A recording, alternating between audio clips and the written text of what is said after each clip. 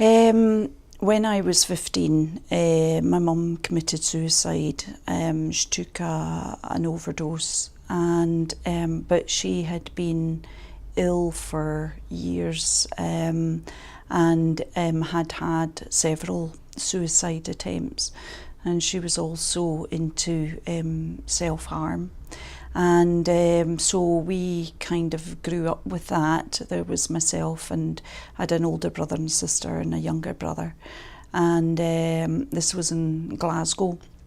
My mum died in 1975, and that was where, it was still a taboo subject. So when she died, it was basically, we had the funeral, and it was never really spoken about.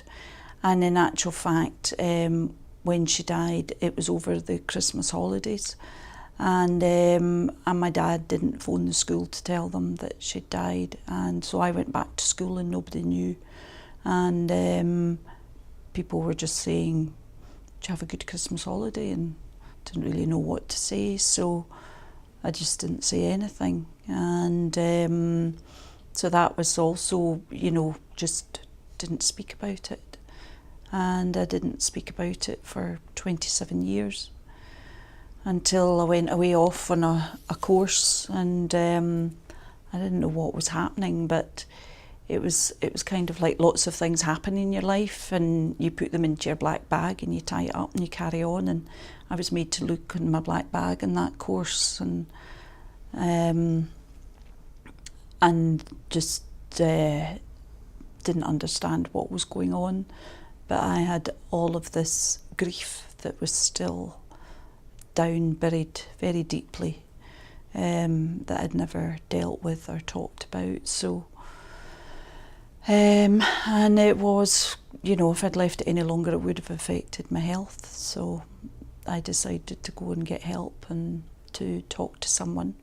And this is quite hard for me to talk about, but one of the difficulties I had, I think, when I lost people was not having anybody to talk to really say about what I felt.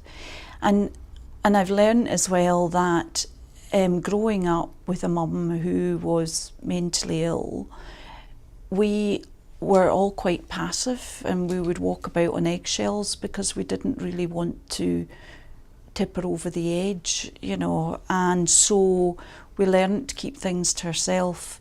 And that was where, I don't know what made me start, but I would just write and write and write, and I found that was my therapy, and or one of the things that I did to help.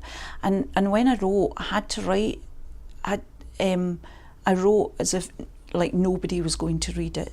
It was completely confidential, and I was like the surrealists, somebody told me, the artists, where I could have written with my eyes shut, because when I wrote, it just comes from the heart straight on to the page, and there's no mistakes in it or anything, and that's my feelings getting out. And when I found it really difficult to articulate to other people and try and speak to them, somebody told me once, they said, "What I've noticed with you is you talk about what's happened to you, but you don't talk about how you're feeling." And I said, "Well, that's my poetry."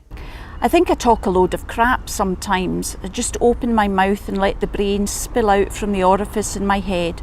Everything jumbling, tumbling out, trying to make sense of the stuff I spout. Down through the head, through my arm, onto the page. Just let it flow, get rid of the rage. Emotions and feelings spitting out. It's better than raving and wanting to shout. Just shut your eyes and let it flow. The ink will tell you what you need to know. It doesn't matter if it doesn't make sense. It's only me, so there's no need for pretense. Use it, feel it, let it go. The pain, the anger, let it flow.